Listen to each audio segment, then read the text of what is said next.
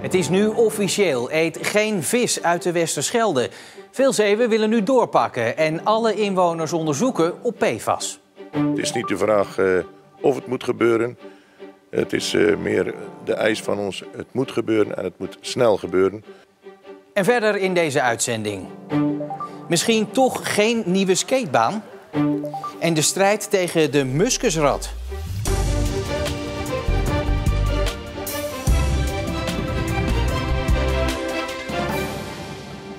Goedenavond. Nu doorpakken en een bevolkingsonderzoek doen. Die roep klinkt luid vandaag, nu de resultaten van het RIVM-onderzoek naar PFAS in vis- en schelpdieren uit de Westerschelde zijn afgerond. De conclusie daarvan: eet zo min mogelijk vis- en schelpdieren. Pauline van der Burg uit Paal is geschrokken van het RIVM-onderzoek. Nou, het is ook dag van verschrikkelijk. Maakt u zich zorgen over uw gezondheid? Ja, absoluut. Je weet niet wat het doet. Je weet niet of het kwaad kan. In hoeverre zit het in je lichaam? Ik heb geen idee, maar ik maak me toch wel zorgen. Ja, ook over mijn kinderen natuurlijk. Die hebben hier gezwommen, ook gevist, visje gegeten. Ja, absoluut. De gemeente Hulst wil nu zo snel mogelijk een groot bevolkingsonderzoek om te kijken hoeveel PFAS er in het bloed van de mensen zit. Het is niet de vraag of het moet gebeuren. Het is meer de eis van ons. Het moet gebeuren en het moet snel gebeuren. Onze inwoners hebben recht om te weten wat er met hen aan de hand is. En voor mij mag dat morgen al gebeuren. Dan weten we hoe erg het is. En dan weten we wat natuurlijk. In hoeverre het in je lichaam zit, in mijn lichaam, in mijn kinders lichaam.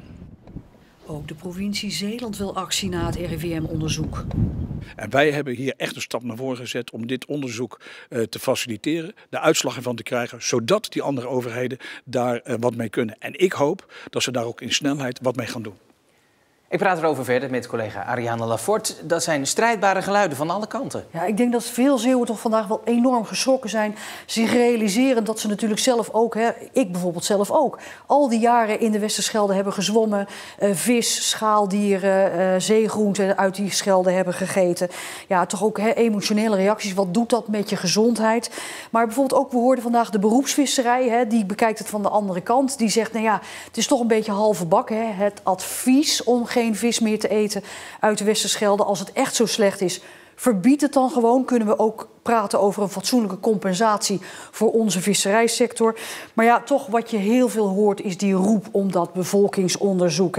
Wat dat betreft is de Zeeuwse GGD AZ, want die zou dat onderzoek moeten gaan uitvoeren. Die gaan daar eind volgende maand, dus eind juni, gaan ze daar een uitspraak over doen. Ze zeggen, we willen eerst experts gaan raadplegen, want er zitten toch wel veel haken en ogen aan zo'n onderzoek. We hebben gevraagd aan een landelijke expertgroep, waar nog veel meer experts zitten dan wij hier bij de GGD in huis hebben. Die vragen wij om een advies van wat is nut nu op dit moment van het bevolkingsonderzoek en welk type dan. Want het lijkt soms in de discussie dat het alleen maar gaat om bloedonderzoek, maar het is complexer dan dat. Als je alleen maar bloed meet, dan weet je is de waarde in je lichaam te hoog of niet. Maar verder weet je dan eigenlijk nog zo weinig. Dus een onderzoek is veel breder dan alleen maar bloedonderzoek. En daarom willen we ook graag dat een brede expertgroep daarover meedenkt. En die gaan dat ook doen. Nou, dat gaat dan dus eerst gebeuren, Ariane. Maar wat kunnen we dan uiteindelijk met de resultaten van zo'n bevolkingsonderzoek? Ja, het zou inderdaad toch wel een beetje een collectieve nachtmerrie zijn, als blijkt dat inderdaad veel te veel Zeeuwen veel te veel PFAS in hun bloed zouden hebben. Ja, wat kun je daarmee met zo'n onderzoek? Kijk, als PFAS in je lijf zit, dan zit het erin. Er bestaan geen medicijnen waarmee je het bijvoorbeeld af kan drijven. Het moet echt heel langzaam weer in je lichaam afgebroken worden. Het moet er echt uitslijten. Wat in ieder geval dan de pre is, zou je kunnen zeggen, van de uitkomst van dit onderzoek, is dat we ons nu dubbel en dwars bewust zijn van de gezondheidsrisico's. Ariane, dankjewel. Connection schrapt deze week meerdere busritten in onze provincie. Dat komt door het hoge ziekteverzuim bij de vervoerder. Welke ritten precies uitvallen is nog niet bekend. Connection bekijkt dagelijks de stand van zaken en wat er nog wel mogelijk is. Reizigers moeten rekening houden met extra reistijd. De problemen kunnen tot in de zomer duren. De oude skatebaan in Middelburg werd gesloten, maar in ruil daarvoor zou er een nieuwe komen aan de rand van de stad op dit stuk grond. Maar dat besluit staat nu toch ook weer op losse schroeven. De lokale partij Middelburg heeft grote problemen met de extra kosten van ruim 3 ton. Daardoor wordt het project bijna 2 keer zo duur als begroot. Maandag wordt vergaderd over het verzoek van het nieuwe college voor extra geld. De politie heeft een beloning uitgereikt voor tips rondom de moord op de 23-jarige Rosentli Rosaria in Vlissingen. Het gaat om een bedrag van €15.000. Rosaria werd in september vorig jaar doodgevonden in een brandgang aan de Adriaan van de Vennestraat. De politie weet nog altijd niet wat het motief is en daarom zijn alle tips welkom. Ik heb hier een paar voorbeelden van briefkaarten. Hier zitten ook nog zogenaamde sluitzegels op, met als thema het anti-sluitzegel voor de Open Oosterschelde. Dit is een van de oude documenten van het provinciebestuur die vanaf nu in te zien zijn bij het Zeeuws Archief. Het gaat om dossiers van 1950 tot 1991. En dat zijn een heleboel papieren. We hebben het over 524 strekkende meter. En dan heb je het over strekkende meters papieren rechtop in de kast. Het gaat over de watersnoodramp, maar ook over de wederopbouw na de watersnoodramp. De deltawerken, niet te vergeten. De archivaris hoopt dat veel mensen het archief komen inkijken. Ze gaan over jou en mij, over ons, over onze provincie. Ze vertellen waarom Zeeland eruit ziet zoals het eruit ziet. Het is van ons allemaal. De chemische stoffen die uit de zeedijk bij Perkpolder lekken zijn niet schadelijk voor de gezondheid. Uit vandaag gepresenteerd onderzoek blijkt dat het veilig is om op de dijk te wandelen of te zwemmen. Bij de aanleg van de dijk werd gebruik gemaakt van onschadelijk gemaakte vervuilde grond. Maar inwoners maken zich er toch grote zorgen over. En dit is beeld van een webcam in natuurgebied Waterdunen. Er zijn daar ruim 7000 sterrenpaardjes neergestreken om te broeden. Daarmee is het de grootste kolonie van Nederland en een van de grootste van Europa. De sterren broeden hier en trekken vervolgens dan weer verder. De webcam is te bekijken op de website van het Zeeuws Landschap.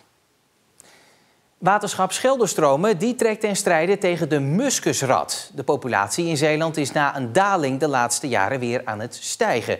En de muskusratten vormen een gevaar voor de Zeeuwse oevers en dijken. Ik zeg altijd, als ik 's ochtends op pad ga, dan hoop ik dat ik wat vang. Hè. Dus dan ga je vol verwachting de polder in. En als ik 's avonds thuis kom, ben ik blij als ik niks gevangen heb. Want ja, dat bevestigt dat ik het jaar daarvoor goed mijn werk gedaan heb. Maar Kristallijn vangt nog steeds veel muskusratten, omdat de populatie de laatste jaren stijgt. En daar moet volgens het waterschap Scheldestromen, die verantwoordelijk is voor de waterveiligheid in Zeeland, snel wat aan gebeuren.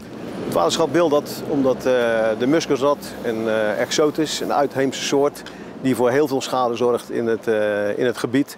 Zowel aan de waterkeringen als aan de oevers. En ja, als waterschap hebben wij 14.000 kilometer oevers. Dus je kunt zelf wel nagaan hoeveel schade dat die muskusrat kan aandoen. Hier op de kant zie je dat is een vreetplek. Hier zie je afgeknaagde rietstengels liggen. Dat eet die muskusrat. En dan zie je aan het schuinen, dat is 45 graden afgevreten. Dan, ja, dat is voor ons een teken van hier heeft al een muskusrat zitten eten. Om de populatie muskusratten in Zeeland in 2033 terug te brengen tot 0, is het waterschap op zoek naar extra rattenvangers.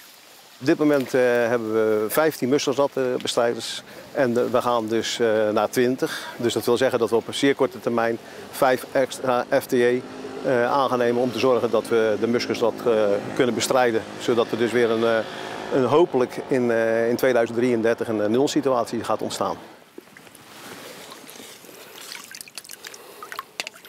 Niks gevangen. Maar ja, als je het niet probeert, en ik zeg je moet altijd op ieder spoor alert wezen als muskusrattenbestrijder. Naast de inzet van deze extra rattenvangers wordt er ook steeds meer geëxperimenteerd met nieuwe, moderne vangstmethoden. We zijn bezig met methodes zoals eDNA, controleren of er DNA van muskusrat in het water zit. Ja, daardoor kun je misschien nog sneller en nog alerter de aanwezigheid van muskusratten detecteren. Met warmtebeeldcamera's, drones inzetten. Er wordt overal aan gedacht om speurhonden, om die ratten ja, korter op te zitten. Volgens Van Gorsel levert het besluit om de muskusrat in Zeeland terug te dringen tot 0 het waterschap uiteindelijk ook geld op. Als het allemaal goed gaat en we zitten straks weer op 0, dan gaan we dat ook weer terugverdienen. En dat gaat ons weer een jaarlijks voordeel opleveren. van 730.000 euro. Dus het is niet alleen dat we dus teruggaan naar nul en dat we het probleem gaan oplossen, maar het wordt ook goedkoper voor het waterschap op die duur. Ondanks deze financiële meevallen en het feit dat er straks dus geen muskusratten meer zijn in Zeeland, betekent dit niet dat ook de rattenvanger verdwijnt. Je zal ze gewoon echt op moeten zoeken. Maar kun je daar een klein beetje slimme techniek bij inzetten, dan maakt dat het werk misschien lichter is en ook tot een succes kan worden. Helaas, de klemmen bleven leeg vandaag. Maar zo ziet een gevangen muskusrat er in het echt uit.